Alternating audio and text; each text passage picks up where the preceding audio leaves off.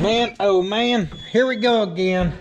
We're back with some running behind second channel action. Ain't that right, Theodore? Me and Theodore's already been to Muskogee and back this morning. That's right, I had a little 4-cylinder to go pick up. I guess I can show it to you guys. It's in the back of the pick 'em up truck. However, it's already like 1:30. I need to swing over to my mom's. Her Trailblazer, excuse me, little tummy's upset. Her Trailblazer is leaking some oil, our favorite. And I swung by on the way back from Muskogee thinking I could find a quick drain plug or like oil filter loose or something. And I did not. Of course, it's kind of hard to squeeze up underneath there, kind of hard to see. So we're gonna head back over there and see if we can't at least get maybe an idea figured out of what's going on. And I've been in a scramble to get y'all some content, because as we come up to the holidays, of course, everything gets super duper packed. Not necessarily the easiest thing to do, keeping content going out on both channels, but that's what I like to do if possible. So this video is kind of like the ones y'all know you kind of get on the second channel sometimes to come along with me. Let's just hang out and see what happens. Well, that's what we're about to get into. Theo, are you living up there now or what? Come on. There he is. We will not be bringing Theo along. I love him to death, but 4 hours in a car with him's enough. He thinks he's a lap dog and he ain't. We need you to stay here and guard Nathan. That's your duty. As you were, soldier. Grab some jack stands. Already have a jack. And yeah, here's the motor and transmission we had grabbed. As you can tell, she's a little 4-banger from a Ford. And as you can tell by how clean it is, it came out something with very low miles. Yeah, that was a nice car. That pace car had like 82,000 miles on it or something. They're taking it apart to coyote swap it. My buddy Brandon is. And they didn't know what to do with this thing. He asked me if I wanted it, so I got us a 80,000 mile-ish motor. As you can see, it does have a carburetor, and that carburetor basically sits right on top of the turbo. The exhaust crosses over from that side and feeds the turbo on this side that the carburetor feeds, and then it actually has an exhaust that goes out to dump. Does it make a lot of power? Probably not. I don't know. I don't remember what year this was from. 86, maybe? Sounds right. However, y'all know I'm always messing with them box trucks. In fact, we have the sausage wagon that don't even have a good motor in it. And this one was 80,000 miles, has a 4-speed behind it. Price was right. It was cheap enough. So we'll take it. If there's anyone who could use a low-mile 4-banger, I guess it's us. Hell, I don't know. Started to zoom out of the driveway and realized I needed to probably get a jump pack just in case the battery's dead on Mom's Trailblazer, and I needed batteries for this silly old camera. One ain't gonna do her. I started to take the travel off, and now I'm glad I did it. It's just kind of been rainy today, which I don't know how much the camera's gonna pick up, and the truck, I actually don't have very good windshield wipers, but I need to order a stinking set for that travel off. Them Internationals, it's not like you just go up to the O'Reilly's and get them. They're a little oddball sucker. I need to look online and see if I can get some. You used to be able to, because I had a set on the truck that were new I put on there, but then when I built the Travelall, I swapped them to there, and the truck ain't had none since. So really I should order 2 pairs. Another reason I decided to drive the truck was she's actually pretty quiet in here so y'all could hear me, and I was wanting to talk about what I guess you could say clickbait. It is clickbait, like the quitting YouTube thing, because obviously I think y'all would know I did YouTube for years and didn't make a penny doing it. I still did it because in the back of my mind I just knew it was something I was passionate about and wanted to do. So there's no part of me that would want to purposely quit YouTube myself. Maybe one day I'll be tired of it, but I don't think we're even anything close to one day. Kitty cat over there. This road and that road should be called like Smoke a Deer Lane, because 2 weeks ago our middle child was headed home, and right on that road she smoked a deer. Luckily she wasn't going too fast. A couple little dents on like the hood and fender, but it didn't like wipe it out. And then Hank's best friend smoked a deer like right there by that hill, and it did wipe out her car. They're just stinking everywhere out here. Anyhow, so the whole quitting YouTube thing, obviously I'm not like, ooh, I should just quit YouTube. No, I just had something that I've never had personally happen on YouTube. And y'all know I've been full-timing now for over 3 years. And I'd say during that 3 years, the first 2 years were pretty consistent and average as far as my income and revenue went. And guys, when I first quit my job at the factory, I tell you, I was making like $2,000 a month on YouTube before tax. It's 100% a leap of faith that I was supposed to be quitting my job to do YouTube, that things would work out, that it was my God-given purpose. And that first day I was my boss, I found the yeehaw, and stuff just kind of blew up for me at that point. And y'all can call that a coincidence if you want. I will not write it off as a coincidence. My leap of faith, I do believe, was rewarded with the blessing of a little silly yeehaw truck. And from that time on, the next 12 months, I'd say we were pretty consistent on our revenue and average and stuff. Even though things were growing, we always maintained a pretty consistent revenue. The following year was about the same way. We did pretty steady.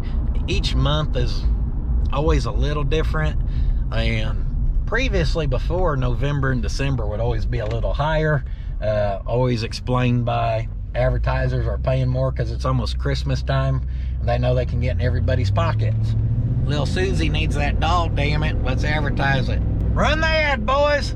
Us as YouTubers are like, chick-ching, all right, because we know our revenue's gonna go up a little bit, but you better be ready and responsible and smart, because in January, now these companies are probably starting their new year of budgets and blah blah blah, and they just blew the budget for Christmas. So you always know in January it's going to fall off a little bit below average. In February you may do a little below average, and then you can see towards the end of the month it starts to come back up. By March, stuff's pretty average again. And if you were to just add up all your months and divide it by 12 for the 12 months, I would say most people probably just average out pretty even. It's always worked like that. So this last year, I've actually noticed a slight increase in my revenue versus the first 2 years, which I'm just not like some people absolutely just kill it on YouTube, and I'm not one of them. Not to drag him into it too much, but I don't think he'll care. Like Mortsky, he makes more revenue than I do on YouTube. He has a lot more older videos of his that consistently stay growing in the background that bring in revenue, where I'm more dependent on my week to week. So like if I have one video flop, I'd notice it almost instantly, like a revenue drop. And then if you, of course, you have 2 videos kind of flop, not do so well, within 2 weeks, I mean, you notice a pretty significant drop on your revenue, just depending on what advertisers are willing to pay at the time, is how they say it works. So I had probably the biggest scare as far as consistency on YouTube I've had since I've gone full time this last month. It scared me a little bit, I'm just being honest. I've had something similar happen on my second channel, but never my main channel. And of course the main channel is way more profitable and more of a revenue generator than what my second channel is. Usually, I guess you should say. Usually. So on my second channel, over the period of its life, I think we've been doing it full time for a couple years now. There's been times where just randomly a video that should do decent on revenue just does not. And I've always just like thought, boy, I got screwed on that thing. And I've never investigated it too much, because at the end of the day, it's not like I can call up HR at YouTube, or I call my supervisor or my manager and I'm like, hey, what's going on here, guys? I mean, we're just uploading content and hoping the algorithm likes it, and we're hoping that advertisers are willing to pay decent money for what content we put out. That's how it works. There's no guarantees, and I know that. And I'm not complaining. Let me make this clear. I'm not complaining about any of this. I'm just telling you something that scared me because it was new to me. So on my second channel, I've had 3 times happen where, say, one video, if it could generate $1,000 and it had 60,000 views and it had 20 minutes of retention time, and that video made like $1,000, and I'm like, okay. And then I put out a video the next week and it goes to like 100,000 views, and I see the retention time on it is like 35 minutes. So it's got 40,000 more views, 15 more minutes of retention time, which means more ads are going out during that 15 minutes. So way more ads are being seen, and the analytics are usually delayed a day or two, but all that stuff's pretty real-time-ish, I'd say, where like your revenue's always delayed at least a day, because the video has to process for a day, and then they're like, okay, here's what you made in the first 24 hours, basically, or for the first day. And have a video like that do well, and then it turns around and just makes like $297. So one video that didn't do very well can make $1,000, and then one that actually did pretty good made like $300. And I'm just saying that the numbers do not add up one bit of. And then the next week a video goes out, does worse than that, and turns around and again makes like $1,000 or something. I'm just saying it don't make sense. And what YouTube will tell you is, well, it just depends on the RPM and CPMs. CPMs what advertisers are willing to pay at that time. RPMs is what the percentage you get, and broke down to a dollar amount. So per 1,000 views, you, for that video, you only got $4 or something, you know. And that's, I should probably investigate that and study it more, where I have a 100% understanding. But I don't, because it really don't matter, because even if the numbers aren't good and I don't agree with them, there's literally nothing I can do. So sometimes the more you know, I mean, I guess it helps you to understand it, but I'm one of those people who almost don't want to understand it, because it don't help you anyways. I don't think. I could be wrong here. But anyhow, that's happened like 3 times on my second channel. It's never been consistent, maybe every 6 to 8 months or so. And one will happen and I'm just like, oh well, it flopped. And my mindset always is, at least it ain't my main channel. That's what the way I've always thought. Well, 3-4 weeks ago now, I have a video go out and it just turns around and flops. I mean, 100,000, it was probably 130, 140,000 views in a couple days, whatever it was. And it just generated like no money, like a few $100s. And that's never happened on my main channel. And obviously that gets me like, oh man, what's going on here? You know, like something ain't right. And then I just kind of talk myself through it. I'm like, well, there's really nothing you can do, you know. And I've had a pretty good run of not getting screwed over on the main channel. But it is what it is. One flopped for some reason on revenue side. We'll be okay. Well, fast forward the next week and my video goes out on a Monday again, and that one did the exact same thing in a row. And I told y'all I was relying on my week-to-week doing well, because I don't have a lot of old stuff carry. So basically every time one of those videos is falling off, within like 2 days, I'm watching my revenue drop by like 20-something%. So you can imagine 2 weeks in a row, revenues basically fell down close to 50%, maybe 45, but still, for 2 weeks in a row of that and nothing's changed, there's a point where I'm like, is this about to be my new normal? Like, at that rate of percentages, in 2 more weeks, we're gonna be down to what percent, you know? It ain't gonna be a good percent. Made it here to Mom's. There's that pesky Trailblazer. So I kind of get wrapped up here. Hey, that looks like Hank's car, but it ain't, unless Hank's bald and has a goatee now. So anyhow, it did it 2 weeks in a row.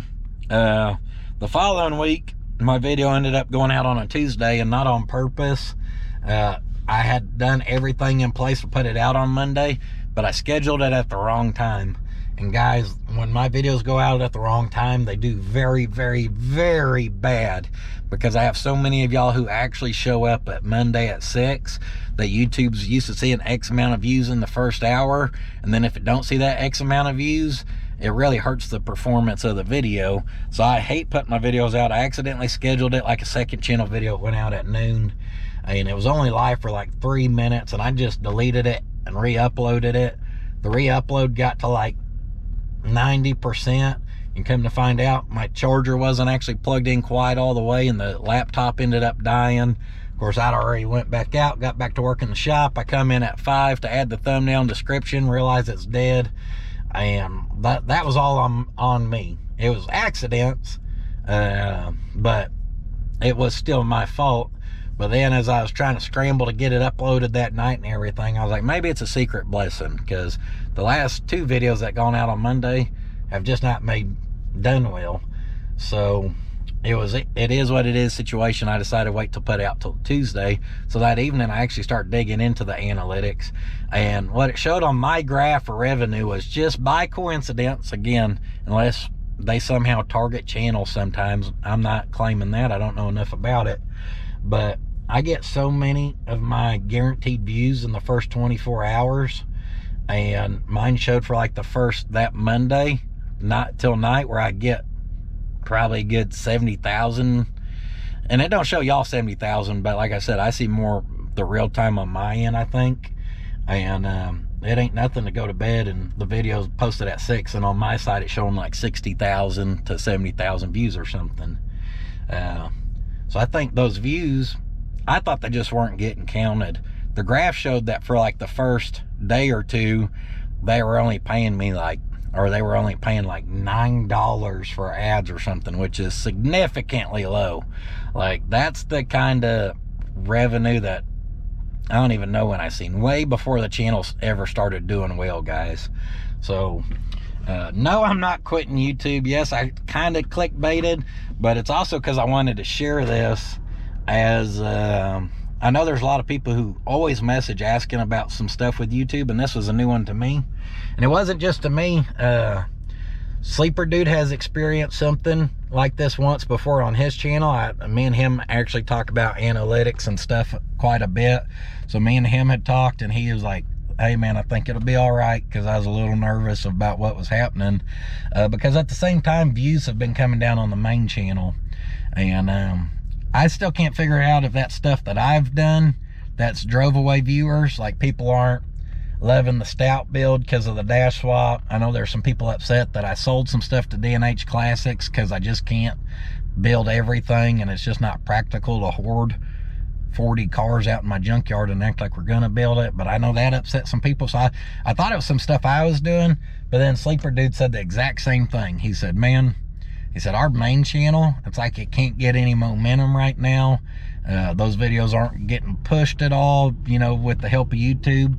And he's like, but what's weird is my second channel is. And I was like, that's weird, because that's my exact same situation.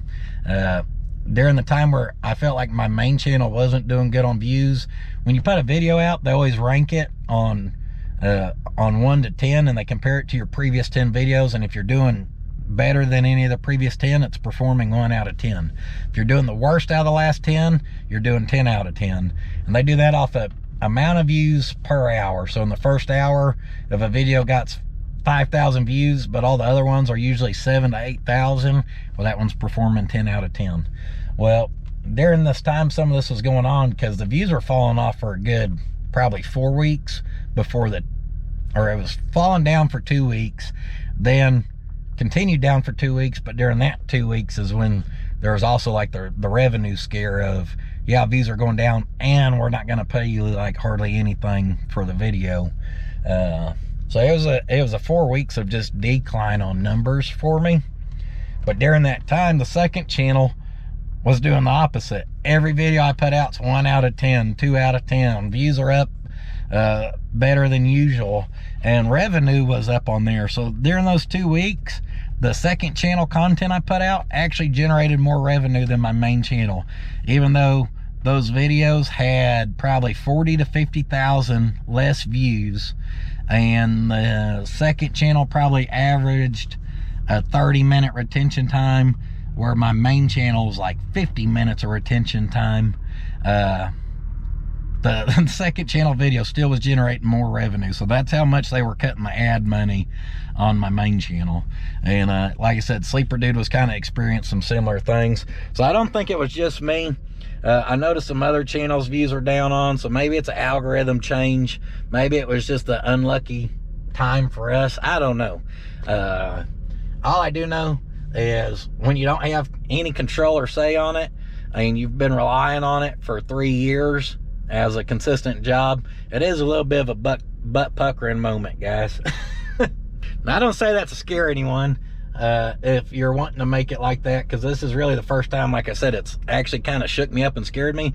You always kind of watch your numbers do this, but to watch them just for a month do that was scary. But guys, it's part of the territory. Any YouTuber who's doing it full time, they know it. I want to also just say thank you guys, because at the same time, y'all just absolutely killed it on merchandise for us that month. So we actually did a little bit above average on our merchandise. So as YouTube did below average, merchandise did above average. If you wanted to average it all out, we still averaged out. Life rolls on. We would be good. It's not like if 1 month fell away, like, oh no, we got to close down. I was just more scared for the longevity of things. And I mean, it could still happen, guys. I've got a new video that's going to release today. If it flops, you know, it's one of those things. Was my main concern, or what really had me scared, was how long is this going to happen? I mean, 2 months of this, that's going to hurt us. 2 weeks of it, we're going to be all right. 2 months of it, honestly, we would probably be all right. If this is our new normal for 6 months to come, then I may not have to quit YouTube, but I may have to change up YouTube. I mean, if main channel is going to generate less income than the second channel, then I'm probably going to have to do something like, hey guys, my main channel just decided it don't make money, so now we got to focus on the second channel. You know, we would have had to try to swap some things up, but fortunately, I don't think that's going to be the case. But anyhow, I just wanted to share that with y'all. It had me shook up. I was hoping it wasn't coming through in my recording, but it did have me distracted for the previous couple of weeks a little bit, actually. Because who wouldn't be distracted? I mean, if you'd been working the same job for a long time and you went to work and you did everything the way you're supposed to be doing it, and then you just got your paycheck and it was, you know, 50%, you'd be asking questions too, I think. But anyhow, we can't apples to oranges. Like I said, I don't have a boss. I know I don't necessarily have guaranteed consistency or stability in what I do. I just want to thank you guys for being here and making it where it can be consistent and actually be there for me, because I know in the back of my mind I had a little thing telling me that it could go real bad, but I don't think I don't know. It's hard for me to believe it'd go away, because the group of people who are usually here on the second channel and main channel, I think I could reform stuff. We may have to change how we're doing some things, and I think we would continue to grow. And I kind of had to have that faith in that. And I also just kind of had to thank you guys for giving me that faith by the second channel doing well during that time. So other than that, I'm gonna finish up my little talk there, and we're gonna go mess with this Trailblazer. All right. I don't know if y'all can see the oil stain on the concrete. It's very hard to see. It's just not obvious at all. But my mom called me, I don't know, a week ago or so. Said she noticed all this oil. She had just drove home. Said she didn't have no oil light or nothing like that come on. She wanted to know if I could come look at it. So a minute ago when I got in town, I actually swung by here to look at it. And I crawled up underneath there. She has a big piece of... She had me a creeper already. She knows I like the creepers. And I crawled all up underneath there, guys, and there's just oil on everything. Pan, around the front of the motor. And I was hoping it's going to be something simple like the filter had backed off, or maybe the plug was a little loose or something. And none of that was that, so that ain't good. We pulled the dipstick and I wiped it off, and yeah, she's pretty stinking clean. As far as I ain't seeing no oil on the dipstick. I just don't know where it's coming from. I know this is asking for 5W30, but I happen to just have a case of 10W30 and knowing it could be leaking it out. We're just gonna pour some of that in there, and I'm just gonna have to start this thing up, and we're gonna have to look and see if we can tell where it's coming from. I don't know what else to do.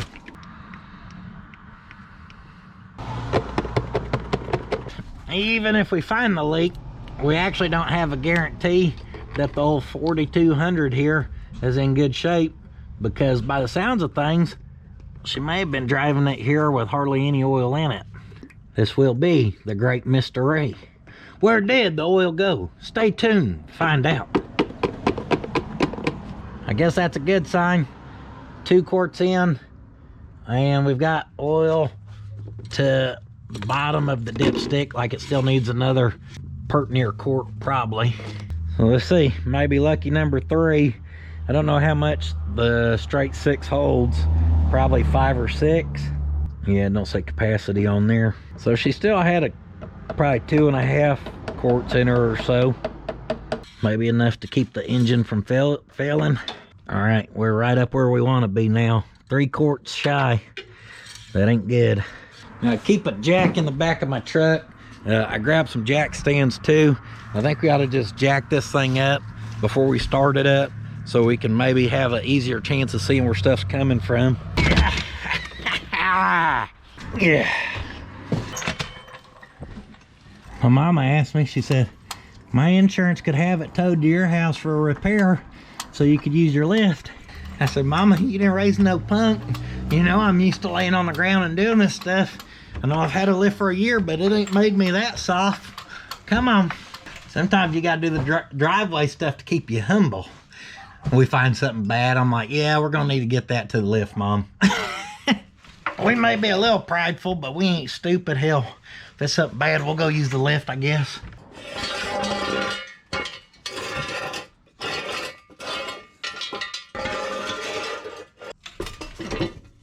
All right, do not lay underneath a vehicle with just a jack. Get you some jack stands. I don't quite remember where it was, but somewhere pretty close around here not too long ago, a gentleman was doing that, and sure enough, the jack slipped, and he ended up in the hospital. Luckily he made it. It didn't kill him, but he was not in good shape. Oh my Lanta, what do we have here? Y'all didn't know that young P-Tang was a soccer player? What, Anna Stud? Huh? There we were, baby. That's a Diamondback. She don't want to mess with us. She gonna get the bite. Look at my sister. What a loser. Holy cow. What a throwback. Uh-oh. Oh, P-Tang be hooping in them white shoes, too. I've never seen that picture. My parents are divorced now. But it looks like there they are opening wedding gifts or something in front of the trailer house with the ice chest on the homemade porch. All right, apparently I need to finish going through those at another time. I hadn't ever seen those. Batteries on. We don't want no stinking radio. Let's see what happens here. Fires right up. Boy, that much oil all over the bottom. Oh, there it goes. Found it. Ha-ha, success. Oh, oil just missed y'all. It's all over the camera. That right there is why I wanted to do that, because from her driving it and it was doing that, guys, that whole bottom's just plumb covered in oil. I mean, bad. So I was looking at everything that's just covered in oil, and you're trying to figure out what's actually leaking. Never once did it cross my mind for that oil pressure sensor or whatever that is right there. What in the damn microfiber blanket we got there? Here we go. That's what we're after. All right. So let me get the luber-duber off my fingers and off y'all. Then we'll see what it takes to actually get to that sensor. I didn't bring a lot of tools, but I did bring the old trusty DeWalt case here. So hopefully it'll have what we need. Trying to look from up here, and I think we're better off to go down low. Boy, that's just about a son of a bee to get to. Almost be easier to go through that little hole right there behind the wheel well. I don't know, we're gonna get lucky here, guys. I was able to reach my hand up in there and pop the clip off, but I ain't got a way of telling what size it is. Whew. Dang, pouring some concrete. Guys, if you just can't get the sensor, you should just give up, get in your truck and leave. That's what we're doing. I'm having a hard time reaching my hand up in there. Any of the sockets I had weren't big enough, and I think it's gonna take a deep to get on there.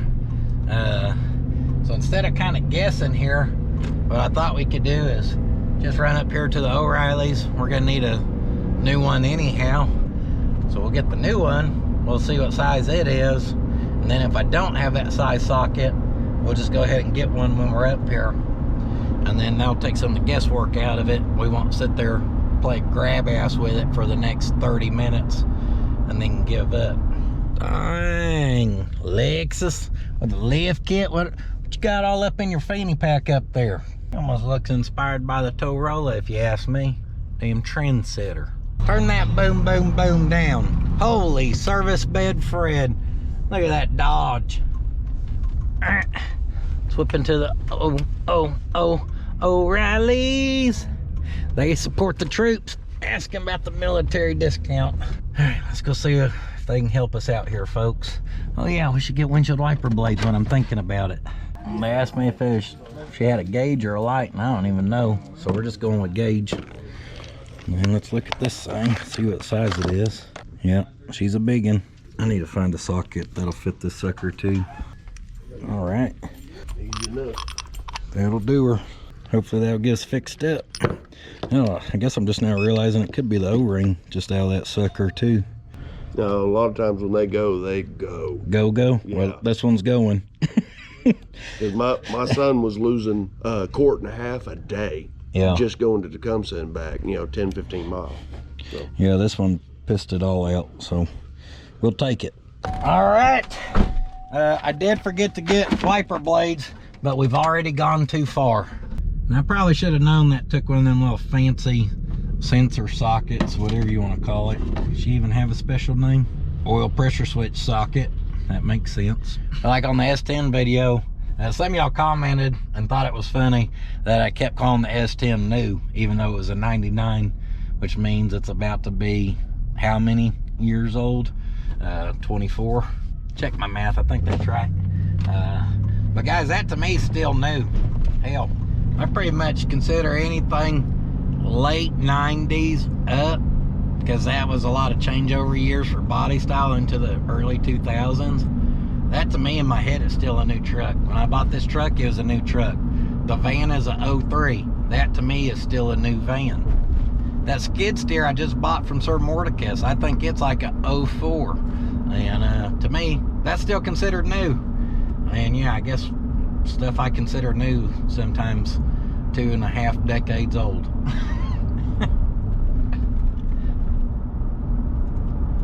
I know there's people who think like I do though, because I see those comments too. Ooh, look at all the new stuff he's bought. Yeah, it's all brand stinking new, that stuff I buy. I only like new stuff. Can't you tell? You know the bad part of a new car, like new stuff like this, so much damn plastic. It's harder to put my magnet camera base anywhere. Magnet, whatever. Now I just gotta figure out how to get to it. Pop her hood on. That's oil protection for the head. Maybe we can go up through here. Yeah. Hello. Did I get it? I put it on something. Oh yeah, we're locked and loaded, baby. Oh, it's not very tight. It was torqued. I'm curious if the O-ring ain't just missing or disintegrated. Yeah, definitely easier to get it through this hole. We did not account for oil leaking out. O-ring is there, so it's not missing 100%. Tell you what, I'm gonna take a little oil, lube up our O-ring there, and we're just gonna go back with this one, put the new one in. As long as we can find the hole, that's the next challenge. Maybe? Come on. Oh, slick finger, that's me. Thread the hole. She's threading. She is threading. We find out it's just a cracked block above that.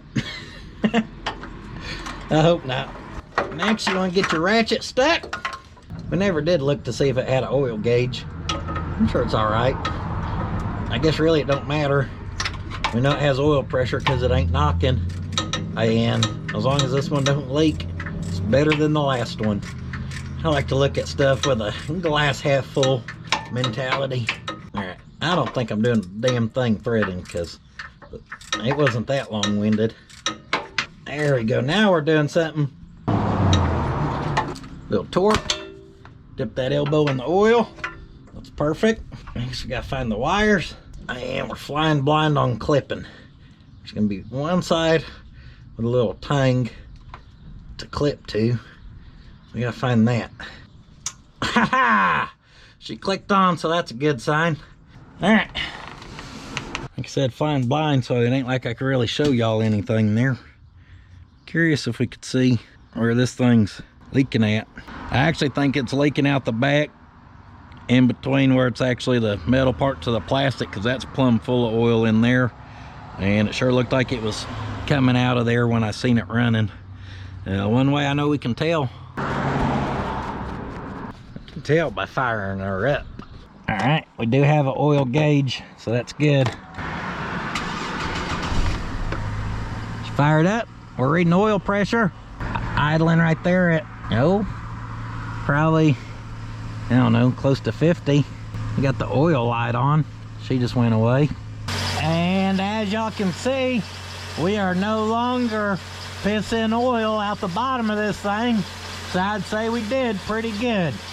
That right there is another JOBDUNWEL. A job done well.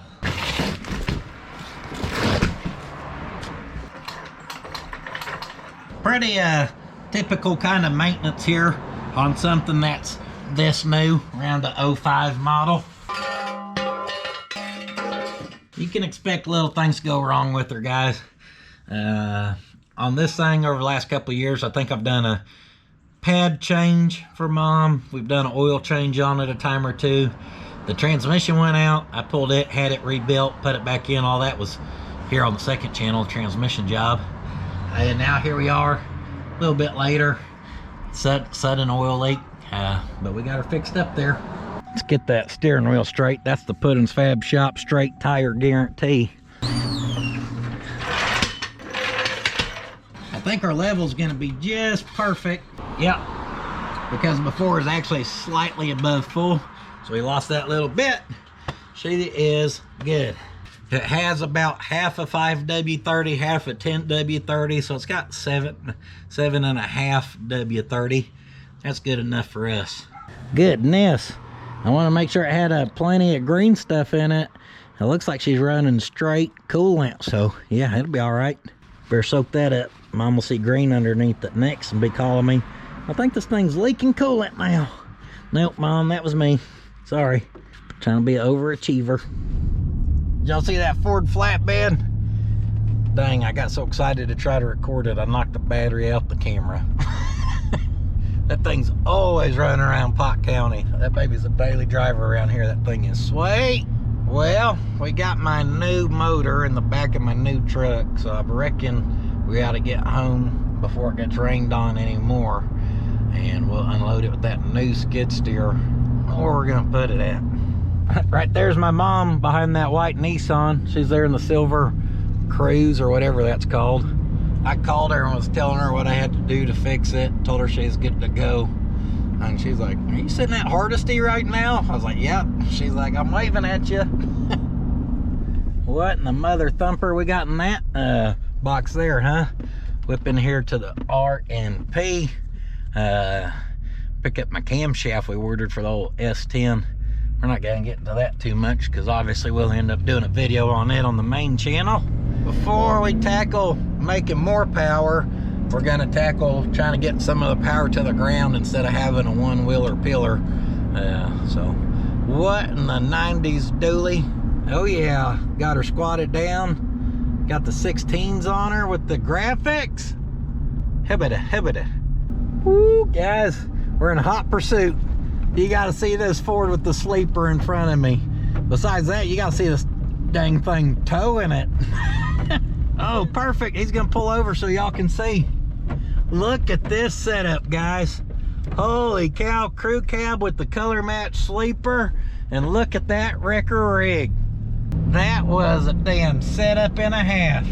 Old Nate Dogg's here in the lower down 2-seater. Yeah, I thought she may settle a little more, but not too much more. Back settled more. If y'all didn't see where we lowered down his car, that's something a little different. Speaking of lowered down cars, that old wagon, I don't know if y'all can see her pulled up over here.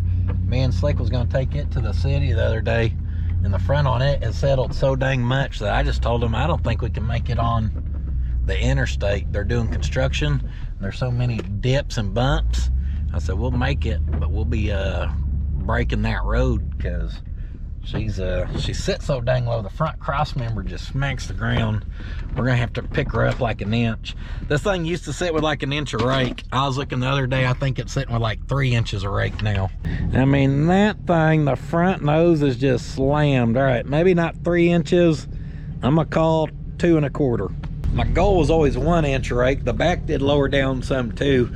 So originally when we built it, it was sitting with 1 inch of rake. So between the back settling and the front settling that much, if we pick the front up 1 1/4 inches, it's still gonna sit super slammed and good, and still actually sit lower than whenever we had first put it on the road even. Theodore!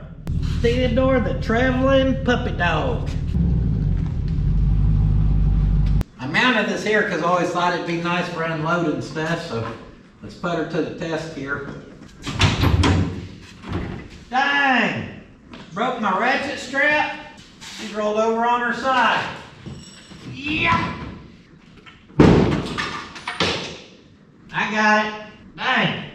We keep buying stuff from people, we're gonna end up with a whole socket set, guys. Found us a socket. No 9/16 action, huh? Dang, snap-on, we're moving on up.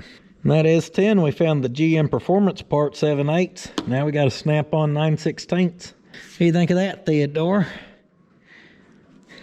Get us a chain on there. Luckily there's pickup points. You got that one right there that comes on these engines. And then you got that one right there. Yeah, that's our alternator bracket. Should be all right. Easier than getting to that one right there, I think. You don't really need to charge your battery anyhow. Just rip that sucker off there.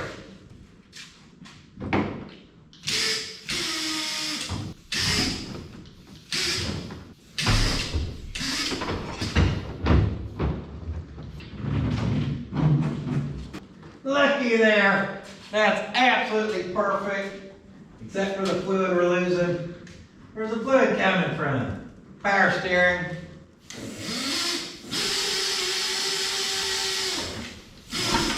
Now, we'll leave that right there because it's raining and I hate getting rained on.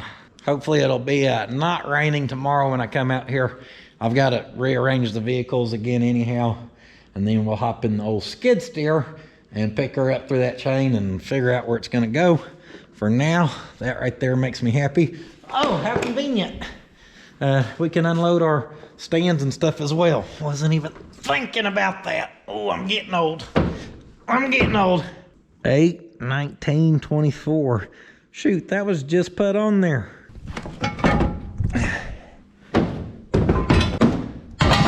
Whoop! All right, guys. We'll take that as a victory. Not the most exciting thing in the world. Hey, I did swap out the TV cable for old Randy on his GMC last Saturday morning. Had him come over and swapped it out for a good quality one he had found. We were having troubles out of the ones I kept getting. Anyhow, squirrel. Got a little distracted there. I guess kind of short and sweet video. Not a whole lot going on. I appreciate y'all listening to my talks of when I just talk. I like kind of share my YouTuber information there behind the scenes. And other than that, getting our oil leak kind of sorted. I was just thinking, because as we build up to holidays, guys, it's always hectic. I like to try to get ahead enough where during the holidays I can be free for my family, but also to try to keep content going out on both channels. And it's a lot. So just some upcoming for you. Today this went out. So Monday, Wild Bill's video just went out. So next Monday is going to be the Toyota Stout. As you can see, we did not center the rear end yet, but it's like gas tank relocation, C-notch, cross members, mounting the bed, all kinds of stuff. So we'll have a round of the Toyota Stout. And then after that, I'm hoping some parts come in tomorrow for that S10. I think this week I'm going to try to get that 8.8 swapped into there. So then that'll be the video after this one. And then from there, who knows what's going to happen. That's enough projecting for me for the future. So thank y'all for being here, especially on the second channel. Like I said, it means the world to me to have y'all support, especially here. So like when I have my stuff going on like this, like when mom needs help on something, I can record it. And yeah, I'm losing time in the shop, but it's still something that can generate income. So that's awesome, guys. Like I said, it means the world to me. Thank y'all for being here. PuttinsFabShop.com. We had released this Monday, but the thing is, as soon as the stuff sells out, we're shutting down the website for the rest of the month, just to give everyone a break. And we just appreciate all the support of that this year, guys. As y'all know, merchandise is a large supporter of the family here. That's why we've kept it in-house this week. The girls already know be ready because Nathan, on his days away from school, he's here packing as much as he can. But I told him so everything goes out in time. We're pulling evening shifts. So we'll be out there starting this evening through the rest of the week, trying to get all y'all stuff out as fast as possible. So thank you for all the support there throughout this year, guys. And I'm on the Insta Facer, the Face Grammar. I'm on the Patreon, blah, blah, blah. I don't know. All right. All I do know is one thing, and that is that sitting on your ass will not finish a project. It will get you a motor sometimes, though, if you're willing to drive a couple hours one way and back. So sometimes you got to sit on that butt. Just get you some parts for that project. New logic. Hot damn, there's so much BSery. We had to start a whole channel for all the extras. Be sure to go check out Puttin's Fab Shop if you ain't seen that baby yet. Come on!